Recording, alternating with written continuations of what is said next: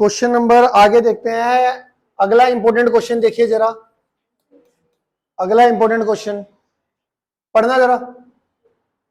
क्या लिखा हुआ हमारे पास? 1/4 of heard of camel was seen in the forest. जितने भी कैमल थे टोटल, उसमें से उसका 1/4 जो है वो कहां पे देखे गए? फॉरेस्ट के अंदर। ठीक है जी। And twice the square root of the herd had gone to the mountain and the remaining 15 camel were seen on the lake bank of the river. Find the total number of camels. ठीक है जी। तो हमें total number of camels बताने हैं, तो late कर लेता हूं मैं। Let total number of camel, वो मैंने मान लिए x। ठीक है जी। टोटल नंबर ऑफ कैमल कितने मान लिए? x। अब अकॉर्डिंग टू क्वेश्चन, जैसा जैसा वो बोलता जाता है वैसे वैसे हम लिखते जाते हैं। 1/4 of the heard of the camel, जो टोटल कैमल है उसका जो 1/4 है, तो टोटल कैमल का 1/4 कैसे निकालोगे? टोटल नंबर ऑफ कैमल को 1/4 से मल्टीप्लाई कर दो। ठीक है। ये कहां पे पाए गए हैं? यहाँ ये है हमारे फॉरेस्ट के अंदर गए हैं, देखे गए हैं। And twice the square root of the herd, twice the square root of herd was seen in the, कहां पर? वो गए हैं माउंटेन पर। Twice the square root of the herd was seen in the, कहां पर? वो मिले माउंटेन पे। And remaining 15 camel was seen in the bank of the river, bank near the on the bank of the river. ठीक है। Clear हो कितनी बात? कि कुछ तो हमारे पास 1/4 of the heard of the camel कहां पर है हमारे पास? अपना फॉरेस्ट में, और कुछ हमारे पास twice the square root of the camel जो है वो माउंटेन पे, और रिमेनिंग जो है वो बैंक ऑफ रिवर पे। मगर इन टोटल को मिला के तो टोटल नंबर ऑफ कैमल ही आएगा।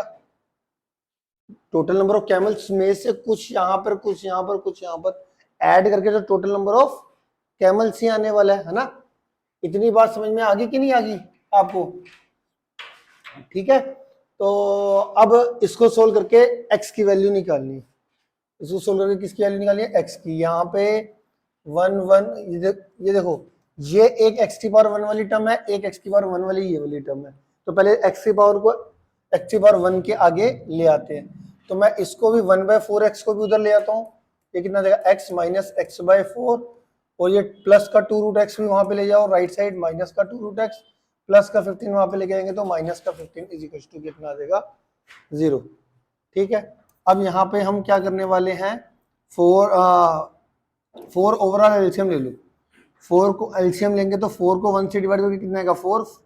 4 इंटू एक्स एक्स, 4 को 4 से डिवाइड करके 1 इंटू एक्स 1x, 4 को 1 से डिवाइड करके 4 2 8√x, 4 को 1 से डिवाइड करके 4 को 15 से मल्टीप्लाई करके 60।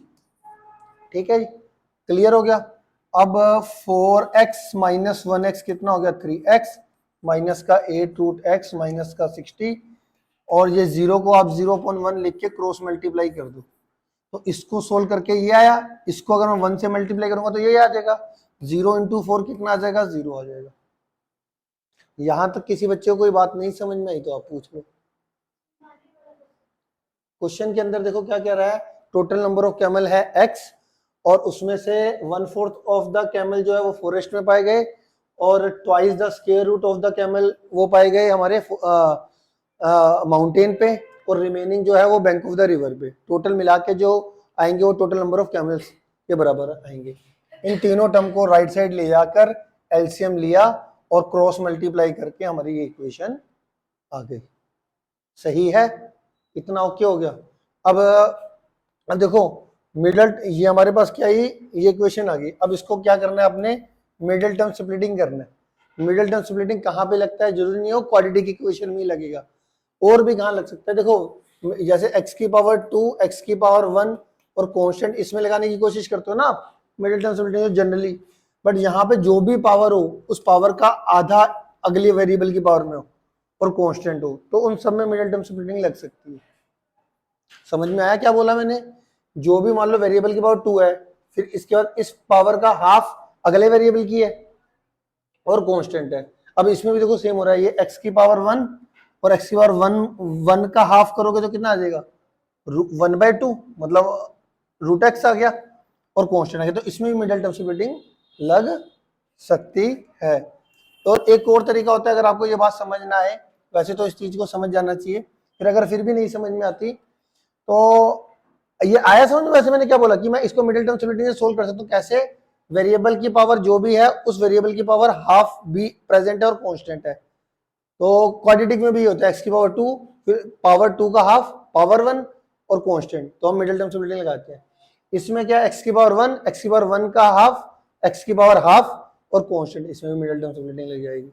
तो इसमें कैसे मिडिल टर्म स्प्लिटिंग होगी? अब देखो हमारे को 3 को 60 से मल्टीप्लाई करके कितना आया 180, और कांस्टेंट का साइन क्या है माइनस, तो माइनस करके 8 चाहिए और मल्टीप्लाई करके 180।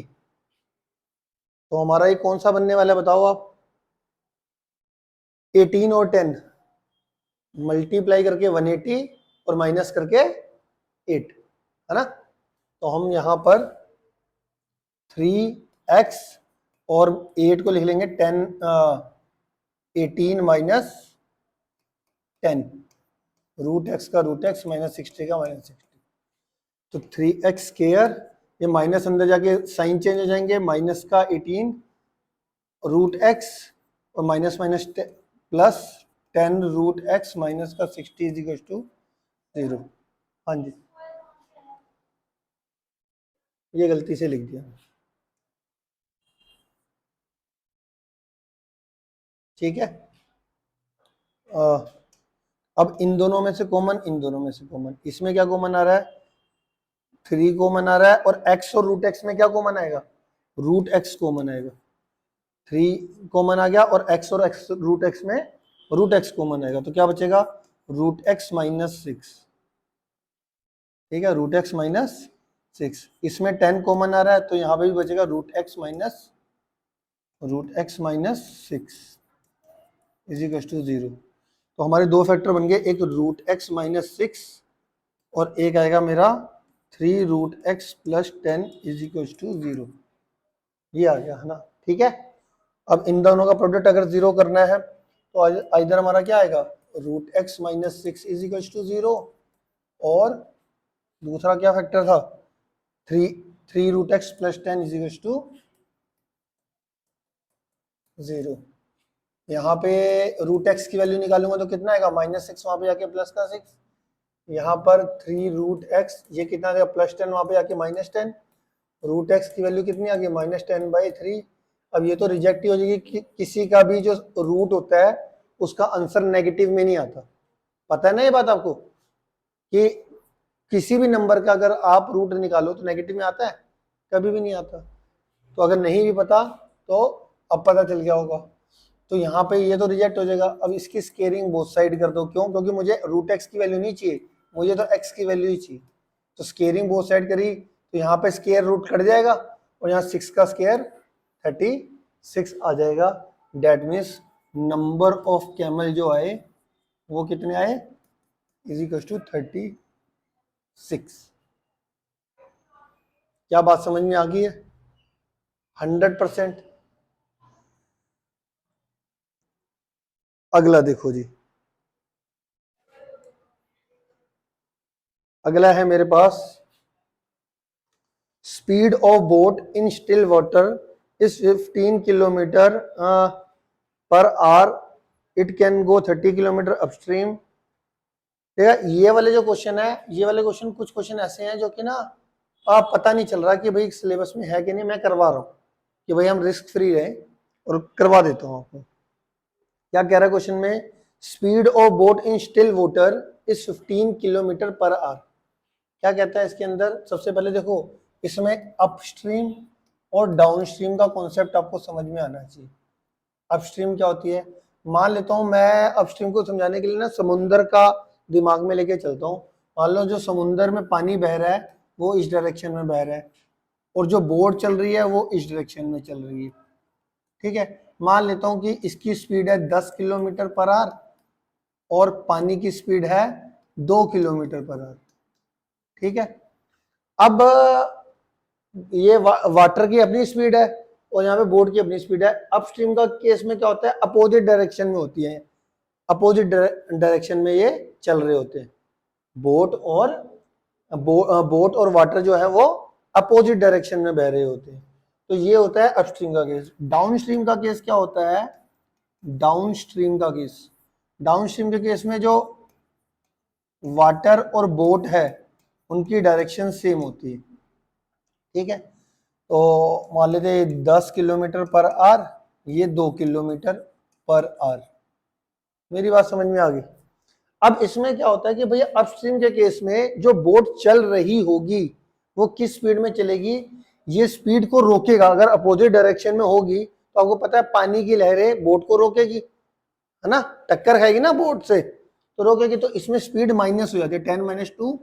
अब अपस्ट्रीम के केस में जो बोट चलेगी वो चलेगी 8 किलोमीटर पर आवर से। इस केस में इसमें इसने 2 किलोमीटर पर आवर स्पीड रोक दी इसकी। ठीक है, और डाउनस्ट्रीम केस में क्या होता है कि बोट की और वाटर दोनों की स्पीड ऐड हो जाती है, दोनों सेम डायरेक्शन में जा रहे हैं तो उनकी स्पीड क्या हो जाएगी, ऐड। तो अब बोट जो चलने वाली है वो 12 किलोमीटर पर आवर की स्पीड से चलेगी। समझ में आ गया कॉन्सेप्ट कि डाउनस्ट्रीम में दोनों की स्पीड ऐड होके बोट की स्पीड बनती है और अपस्ट्रीम के केस में बोट की स्पीड में से वाटर की स्पीड माइनस हो जाती है और वो एक्चुअल बोट की स्पीड उस समुद्र के अंदर होगी। क्लियर है?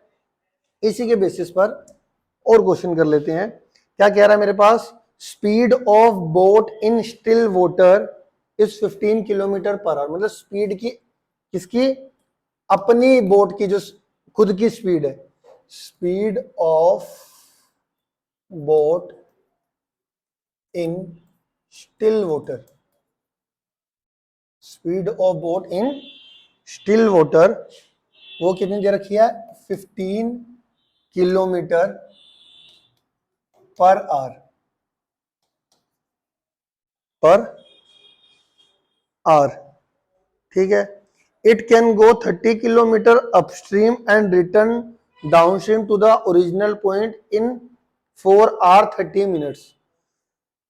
वो क्या कहता है जी, हमारे पास इसमें 30 किलोमीटर अपस्ट्रीम गया और फिर उसी से ही वापस आया, तो एक डायरेक्शन में तो अपस्ट्रीम होगा और जब वापस आएगा तो डाउनस्ट्रीम होगा। तो 30 kilometre upstream and return downstream, जाते हुए अपस्ट्रीम का केस है और आते हुए डाउनस्ट्रीम का केस है। दोनों में डिस्टेंस जो था वो कितना था, 30 किलोमीटर, जाते हुए भी और आते हुए भी। और उसमें जो टोटल टाइम लगा वो लगा कितना, 4 घंटे 30 मिनट, मतलब 4 आवर 30 मिनट उसने लिए टोटल। तो अकॉर्डिंग टू क्वेश्चन अगर मैं देखूं तो पहले तो हमारे को ये पता होना चाहिए टाइम जो होता है, टाइम होता है डिस्टेंस अपॉन स्पीड। टाइम का फॉर्मूला कितना होता है, डिस्टेंस अपॉन स्पीड। तो अगर मैं कहूं जी अच्छा speed of boat in still water, तो बोट की स्पीड तो दे दी इन्होंने और हमारे को निकालना क्या, स्पीड ऑफ स्ट्रीम निकालना है। इसमें निकालना क्या, speed of stream. Speed of stream का मतलब समझ रहे हो, लहरों की स्पीड, वही जो समुद्र में लहरें चलती हैं, पानी जिसको मैं बोल रहा था उसकी बात चल रही है। तो वो मैंने मान लिया x किलोमीटर पर आवर। ठीक है, अच्छा अगर मैं कहूँ जी डाउन स्ट्रीम के केस में स्पीड कितनी होगी बोट की, डाउन स्ट्रीम की दोनों की स्पीड ऐड हो जाएगी, 15 प्लस x किलोमीटर से बोट चल रही होगी। अगर मैं कहूंगा जी अपस्ट्रीम के केस में स्पीड कितनी होगी बोट की, 15 minus x kilometre per our होगी। तो समझ में आता है ना, आ गया समझ में। तो अब देखो पहला था 30 किलोमीटर अपस्ट्रीम जा रहा था, तो उसमें टाइम कितना लगेगा, टाइम का फॉर्मूला, टाइम कैसे निकालते हैं, डिस्टेंस अपॉन स्पीड। तो डिस्टेंस हमारा है 30 और स्पीड है मेरी 15 माइनस एक्स, 15 माइनस एक्स। ठीक है, और डाउन स्ट्रीम के केस में डिस्टेंस तो वही है बट स्पीड क्या हो जाएगी, 15 प्लस एक्स। तो 30 किलोमीटर अपस्ट्रीम जाने में टाइम इतना लगा टाइम डिस्टेंस अपॉन स्पीड निकाल दिया। ऐसे 30 किलोमीटर डाउन स्ट्रीम जाने में इतना टाइम लगा। टोटल टाइम क्वेश्चन ने गिवन दे रखा है कितने, 4 घंटे 30 मिनट। अब ये 4 घंटे 30 मिनट का मतलब क्या हुआ, 4 घंटे तो ठीक है, मिनट को भी आवर में चेंज करने के लिए 60 से क्या कर दो डिवाइड। 60 से क्यों कर दो, एक घंटे के अंदर कितने मिनट होते हैं, 60 मिनट। तो अगर मिनट को आर में चेंज करना है तो 60 से डिवाइड, आर को मिनट में कन्वर्ट करना है तो 60 से मल्टीप्लाई, और मिनट को आर में चेंज करना है तो 60 से डिवाइड। तो 30 मिनट है, अगर इसको मुझे आर में चेंज करना है तो मैं 60 से क्या कर दूंगा डिवाइड, तो याद आएगा 4 एंड हाफ एन आवर। ठीक है, तो अगर मैं इसको वैसे मिक्स फ्रैक्शन में लिखूं तो 4 एंड हाफ आवर, 30 मिनट, एक घंटे के अंदर 60 मिनट, 30 मिनट के अंदर हाफ एन आवर, है ना। तो यहां से अगर मैं देखूं तो 4 2 8, 9/2 आ गया। ये जो चीज नहीं समझ आई पहले पूछ लेना, 30 ले लिया मैंने कॉमन, तो ये कितना देगा 1/15 minus x plus 1/15 plus x, ये आ गया। 30 मैंने कॉमन लेके इसको डिवाइड में भेज देना है, 9/2 इंटू 30, और ठीक है इन दोनों में एलसीएम ले लो, ये आ जाएगा मेरा 15 माइनस एक्स एलसीएम आ गया, 15 प्लस एक्स एलसीएम आ गया। इसको इससे डिवाइड करेंगे, ये कैंसिल हो गया, 15 plus x into 1, 15 plus x आ गया। इसको इससे डिवाइड करेंगे तो ये वाला कैंसिल हो जाएगा, 15 माइनस एक्स आ जाएगा, प्लस एक्स से माइनस एक्स कैंसिल हो गया, 15 प्लस 15 कितना हो गया 30, नीचे आ जाएगा a minus b, a plus b, a का स्केयर माइनस बी का स्केयर, और ये आ जाएगा 1/60, है ना। इतना आ रहा है समझ में कि नहीं आ रहा। अब अगर इसके आगे चलते हैं तो ये कितना आ जाएगा 30, 15 का स्केयर कितना होता है 225, और x का x square is equal to 1/60, यही आएगा ना। 30 का 30 लिखा, इधर a का स्केयर खोल दिया, 15 का स्केयर 225, x का स्केयर एक्स स्केयर, और 1/60 का, ये 1/60 का 1/60 मैंने उतार लिया। ठीक है, अब क्रॉस मल्टीप्लाई कर दो। ठीक है, तो ये 225 माइनस एक्स स्केयर को 1 से करेंगे तो 225 माइनस एक्स स्केयर, 60 को 30 से मल्टीप्लाई करेंगे कितना आ जाएगा 1800, है ना। हाँ जी, क्या कह रहे हो,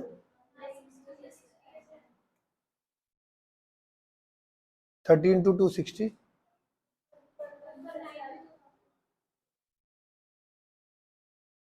ये 9 का कुछ नहीं करा हमने,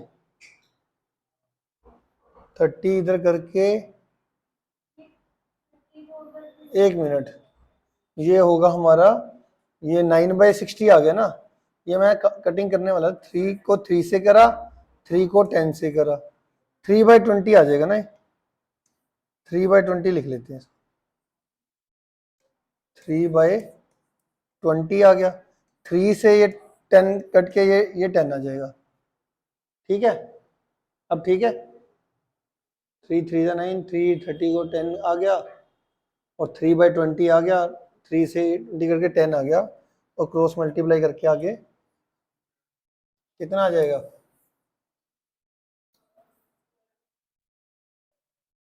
ये सारा गड़बड़, इसको सारे काट दो, ये कितना आ जाएगा मेरा 15 माइनस 2, 15 माइनस, अरे यार 225 माइनस का x square is equal to, ये इसको तो 1 से क्रॉस मल्टीप्लाई करूंगा 1 से, तो 225 माइनस एक्स स्क्वायर आ जाएगा, 20 इंटू 10 कितना आ जाएगा मेरे पास 200, 20 इंटू 10 कितना आ जाएगा 200, यहाँ 225 माइनस का 200 is equal to x square, 25 is equal to x square, square को उधर रूट में भेजा, 25 का रूट कितना आ जाएगा 5, ये आ जाएगा एक्स। एक्स का मतलब एक्स क्या माना था, स्पीड ऑफ स्ट्रीम माना था, स्पीड ऑफ स्ट्रीम कितना आ जाएगा ये मेरा 5 kilometre per our, 5 kilometre per our. Clear हो गया कि नहीं, दोबारा देख लो, एक बार दोबारा से रिवाइज करा रहा हूँ। देखो इसमें क्या क्वेश्चन में दे रखा था, speed of boat in still water दे रखी थी 15 किलोमीटर पर आवर, और स्पीड ऑफ स्ट्रीम निकालनी थी। और था क्या कॉन्सेप्ट क्या कि भैया 15 किलोमीटर उसने क्या 30 किलोमीटर उसने क्या करना है, अपस्ट्रीम जाना है, और 30 किलोमीटर डाउनस्ट्रीम जाना है। टोटल जो टाइम है वो उसको 4 घंटे 30 मिनट मतलब 4 आवर 30 मिनट्स लेता है टोटल टाइम। तो मैंने क्या करा, अपस्ट्रीम के केस में जो टाइम निकलेगा 30 किलोमीटर ट्रेवल करने में, वो कितना टाइम कैसे निकलते हैं, डिस्टेंस अपॉन स्पीड। तो 30 किलोमीटर जाना था, और अपस्ट्रीम के केस में स्पीड क्या होती है, बोट की स्पीड में से स्पीड ऑफ स्ट्रीम माइनस होती है, तो 15 माइनस एक्स इसकी स्पीड लिख ली। तो ये आ गया अपस्ट्रीम केस में 30 किलोमीटर ट्रेवल होने में जो टाइम लगा। ये क्या है, 30 किलोमीटर डाउनस्ट्रीम जाने में जो टाइम लगा, डिस्टेंस ये, और डाउनस्ट्रीम के केस में इनकी स्पीड क्या हो जाती है, प्लस ये आ गया। तो ये अपस्ट्रीम में टाइम, अपस्ट्रीम के केस में टाइम, ये डाउनस्ट्रीम के केस में, तो टोटल ऐड होके कितना आ गया, 4.5 आवर, 4 to the 8 9/2 आ गया। ये जो 30 था ये 30 कॉमन लिया और 30 को भेज दिया डिवाइड में, 30 कॉमन लेके फिर इसको अगले स्टेप में क्या इसमें भेज दिया डिवाइड में, और यहाँ पे ले लिया मैंने एलसीएम, 15 माइनस एक्स और 15 प्लस एक्स, ये दोनों डाल दिए मैंने एलसीएम में।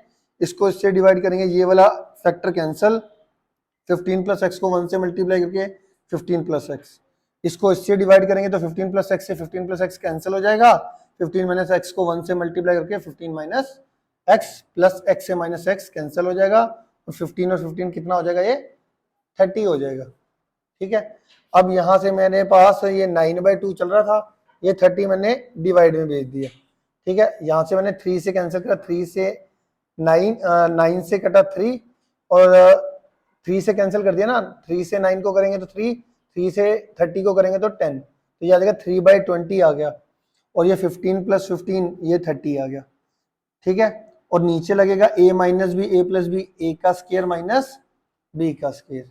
ये जो 3 है, 3 से ये 30 काट के कितना देगा 10, और यहाँ पे फिर इसके बाद क्या लग जाएगा क्रॉस मल्टीप्लाई, यहाँ पे 1 बचा ना सिर्फ, तो 15 ये कितना देगा, 15 का स्केयर कितना होता है 225 minus x square, 225 minus x square को 1 से मल्टीप्लाई करके कितना आएगा 225 माइनस एक्स स्केयर, और 20 को 10 से मल्टीप्लाई करके 200, ये कर दिया, एक्स स्केयर को इधर भेज दिया, 200 को इधर भेज दिया, 225 में से 200 माइनस करके 25 आ गया, और जो स्केयर था स्केयर को उधर भेज दिया रूट में, तो 25 का रूट कितना हो जाएगा 25 का रूट। ठीक है, 25 का रूट कितना हो जाएगा 5, एक्स की वैल्यू 5 आ गई, मतलब स्पीड ऑफ स्ट्रीम कितना आ गया मेरा 5 किलोमीटर पर आवर। इसके जैसा एक और क्वेश्चन है, वो देख लो, क्या कह रहा है मेरे पास, a plane left 30 minute later than the schedule time, 30 minute late, एक जो भी शेड्यूल टाइम होता है 30 मिनट लेट उड़ा एक प्लेन। ठीक है जी, अच्छा जी, and in order to reach the destination 1500 kilometre away in time it has increased its speed to 50 kilometre from the usual speed, find the usual speed। देखो क्वेश्चन में क्या कह रहा है, कह रहा है कि एक यूजुअल स्पीड, जो जनरली यूजुअल स्पीड जो ट्रेवल करता है, यूजुअल स्पीड जो भी होती है, जनरली जो स्पीड से वो प्लेन चलता है, बट क्योंकि वो अब आधा घंटा लेट चला है बट उसको पहुंचना टाइम से, तो उसने अपनी स्पीड में 250 किलोमीटर पर आवर की स्पीड ऐड कर दी। जैसी ऐड करी तो वो टाइम से पहुंच गया। समझ में आया? अब वो पूछ रहा भाई जो यूजुअल स्पीड थी, जो टाइम से निकलता था टाइम से पहुंचता था, उस समय पे वो स्पीड उसकी क्या होगी। क्वेश्चन समझ में आ गया? दोबारा समझाओ। एक बंदा यूजुअल स्पीड से किसी पर्टिकुलर टाइम से प्लेन निकलता था और पर्टिकुलर टाइम पे पहुंच जाता था, बट इस बार क्या हुआ कि 30 मिनट लेट निकला बट पहुंचना टाइम से था, इसलिए प्लेन की जो स्पीड थी वो 250 किलोमीटर पर आवर स्पीड बढ़ानी पड़ी। बट हमारे को अब ये बताना है यूजुअल स्पीड कितनी थी जो नॉर्मली वो स्पीड से चलता था, बट फिलहाल के लिए हमारे को यूजुअल स्पीड नहीं पता, तो मैं लेट कर लेता हूं कि यूजुअल स्पीड होगी, let usual speed of usual speed of plane, usual speed of plane वो कितनी ले लेते हैं हम, x किलोमीटर पर आवर, ठीक है। Usual speed of aeroplane is x kilometre per our. अब क्योंकि डिस्टेंस था 1500 किलोमीटर का, 1500 किलोमीटर का डिस्टेंस था, तो उसमें टाइम तुम्हारे हिसाब से कितना लगना है, टाइम का फॉर्मूला कितना होता है, डिस्टेंस अपॉन स्पीड। तो अगर मैं यहाँ पे देखूंगा तो हमारा जो टाइम होगा वो होगा 1500 अपॉन x, 1500 अपॉन x। अगर यूजुअल स्पीड से मैं 1500 किलोमीटर ट्रेवल करता हूं तो इतना टाइम लगेगा, है ना। बट अब क्योंकि वो 30 मिनट लेट चला था, लाजमी बात है वो कम टाइम के अंदर पहुंच जाएगा, ठीक है। अब क्योंकि उसने 250 किलोमीटर स्पीड बढ़ा दी, तो उसके हिसाब से जो टाइम लगना है वो कैसे निकलेगा, x प्लस 250। अगर स्पीड 250 किलोमीटर बढ़ा दी तो इसमें 250 किलोमीटर बढ़ा देंगे तो कितनी हो जाएगी, x प्लस 250 किलोमीटर। तो उसके कोरस्पॉन्डिंग जो टाइम निकलेगा वो कितना निकलेगा, डिस्टेंस तो वही 1500 किलोमीटर है, तो उसमें टाइम लगेगा ये वाला, ठीक है।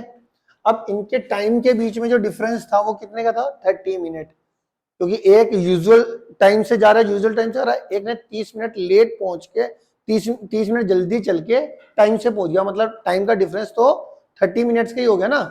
30 मिनट्स को आर में चेंज करने के लिए मैंने आपको बोला था, अब इनके टाइम के बीच में जो डिफरेंस है वो कितने मिनट का था, 30 मिनट। 30 मिनट का मतलब हो गया, अगर मैं उसको 60 से डिवाइड करूं तो आर में आ जाएगा, मतलब 1/2 आर, 1/2 आर। अब इसमें एक कॉमन गलती क्या होती है, कभी कभार बच्चे सोचते हैं सर 1500 अपॉन x आगे आएगा और ये पीछे आएगा, कि इसको मैं आगे करूं इसको मैं पीछे करूं। तो जिसमें ज्यादा टाइम लगेगा, ज्यादा टाइम में से कम टाइम माइनस करते हैं, तो ज्यादा टाइम इनमें से बताओ किसमें लगेगा, जिसकी स्पीड कम होती है। इन दोनों में स्पीड किसकी कम है, x की, तो इसमें ज्यादा टाइम इसमें लगेगा, इसमें कम टाइम लगेगा, तो ज्यादा टाइम में से कम टाइम माइनस करना होता है। अब ये आ गया मेरा 1500, इसमें से अब कॉमन ले लो, ये कितना बचेगा, 1/x minus 1/x plus 250 is equal to 1/2। तो यहाँ पर x को कॉमन आ जाएगा और x प्लस 250 कॉमन आ जाएगा, और ये 1500 को डिवाइड में भेज दोगे तो कितना आ जाएगा, 2 इंटू 1500 मतलब का 3000, और इसको इससे डिवाइड करोगे तो x से x कैंसिल हो जाएगा, x प्लस 250 को 1 से मल्टीप्लाई करोगे तो x प्लस 250, माइनस इसको इससे डिवाइड करोगे तो x प्लस 250 से x प्लस 250 कैंसिल हो जाएगा, x को 1 से मल्टीप्लाई करोगे कितना आ जाएगा, x आ जाएगा, प्लस x से माइनस x कैंसिल हो गया, ठीक हो गया। अब ये जो, अब यहाँ पे x को, ये x स्क्वायर प्लस 250x आया, डिनोमिनेटर को अगर मैं मल्टीप्लाई करूंगा तो कितना आ जाएगा, x square into x square plus 250x, इसको 1 से मल्टीप्लाई करूंगा तो कितना आ जाएगा, एक्स स्क्वायर प्लस 250x। इसको पहले मल्टीप्लाई कर लो आपस में, फिर इसको क्रॉस मल्टीप्लाई करेंगे अगर हम, तो हमारा कितना आ जाएगा, एक्स स्क्वायर प्लस 250x, और 250 को 3000 से मल्टीप्लाई करोगे तो कितना आएगा, 75 और 12340 आ जाएगी, ये आ जाएगी, ठीक है। इस 7,50,000 को लेफ्ट में ले जाओगे तो कितना आ जाएगा, x square plus 250x minus 7,50,000 is equal to 0 आ जाएगा, इज इक्वल टू कितना आ जाएगा, 0। अब इसकी मिडिल टर्म स्प्लिटिंग करनी है। मिडिल टर्म स्प्लिटिंग कैसे होगी, देखो आपको दो नंबर ऐसे चाहिए कि मल्टीप्लाई करके ये आए और माइनस करके, कांस्टेंट का साइन क्या है माइनस, माइनस करके 250 आए, तो इसका आने वाला है कितना, 1000x माइनस 750x, है ना, 1000 माइनस 750, माइनस करके 250 आ जाएगा, मल्टीप्लाई कर लो तो 7,50,000 हो जाएगा। हाँ जी, कर सकते हैं। अगर किसी बच्चे से मिडिल टर्म स्प्लिटिंग नहीं हो रही तो क्वाड्रेटिक फॉर्मूला का यूज भी आप कर सकते हो।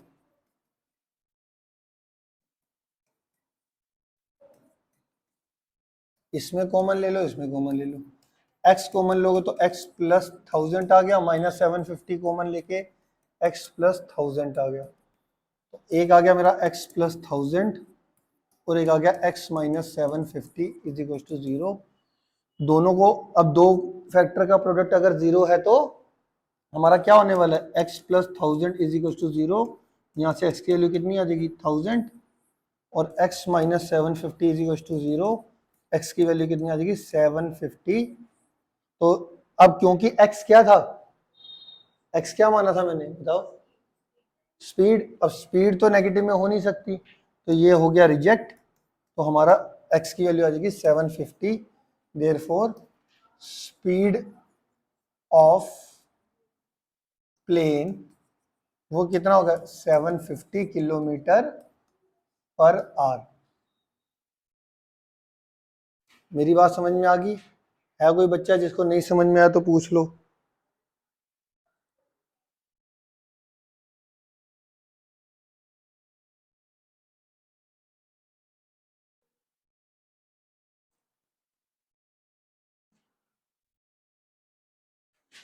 अगला क्वेश्चन जो है इस स्टेटमेंट का वो एज इट इज है, सेम टू सेम। फिर भी एक बारी बता देता हूं उस क्वेश्चन को भी। क्या कह रहा है मेरे पास, in a flight 600 kilometre a aircraft was slowed down due to bad weather. Its average speed for the trip was reduced by 200 kilometer per hour and the time of the flight increased by 30 minutes. तो speed कितनी घटा दी, 200 kilometre per our घटा दी, और उसकी वजह से time का difference कितना हो गया 30 मिनट का। सेम टू सेम टाइम का, टाइम निकाल लो आप। तो हमारे को निकालना find the duration of flight, time कितना लगा वो बताना है हमारे को जर्नी के अंदर। तो सबसे पहले तो एवरेज स्पीड मान लेते हैं इसकी। लेट एवरेज स्पीड क्या होगी, एवरेज स्पीड, एवरेज स्पीड होगी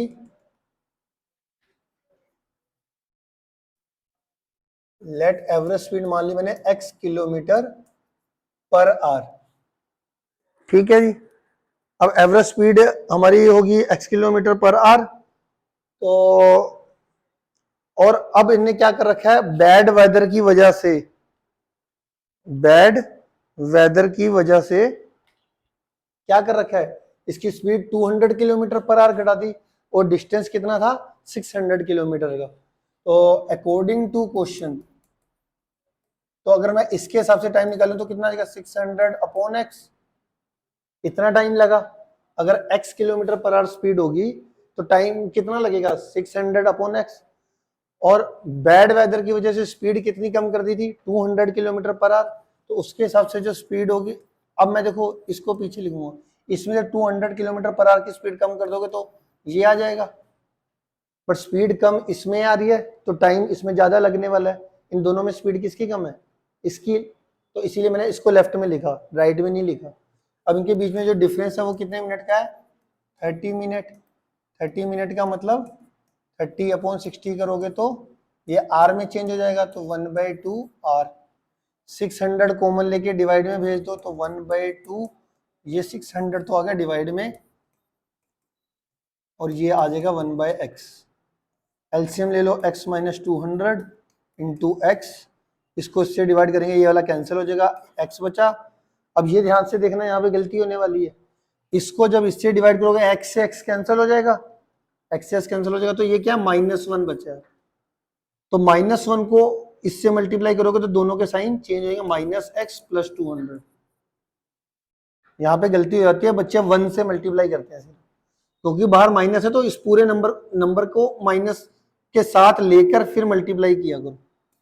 ये कितना आ जाएगा 1200 प्लस x से -x कट गया, क्रॉस मल्टीप्लाई करोगे तो ये कितना आ जाएगा x² और ये माइनस का 200x और इसको इससे मल्टीप्लाई करोगे तो कितना आ जाएगा। ठीक है, अब बताओ इसकी मिडिल टर्म स्प्लिटिंग क्या आएगी।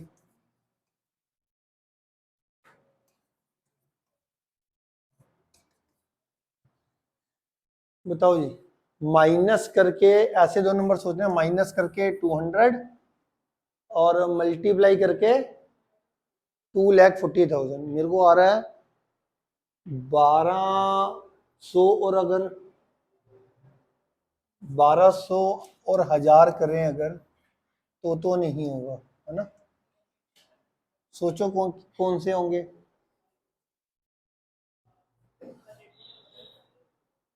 फिर भी एक बार पहले कोशिश कर लेनी चाहिए। माइनस करके 200 चाहिए।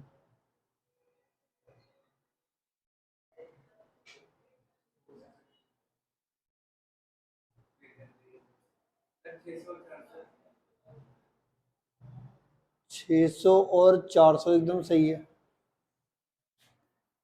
600 माइनस 400 माइनस करके 200 मल्टीप्लाई करके 2,40,000।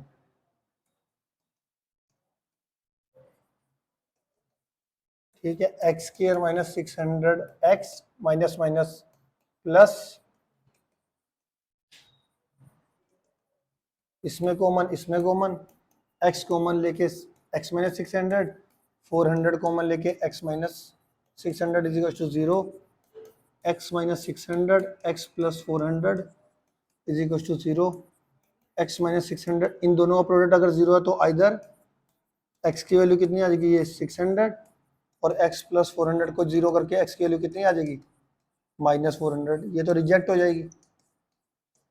तो स्पीड क्या आ जाएगी, स्पीड हमारी आ जाएगी एवरेज 600 किलोमीटर पर आवर। ठीक है, आ गया समझ में। तो ये था हमारा इस पेज के क्वेश्चन।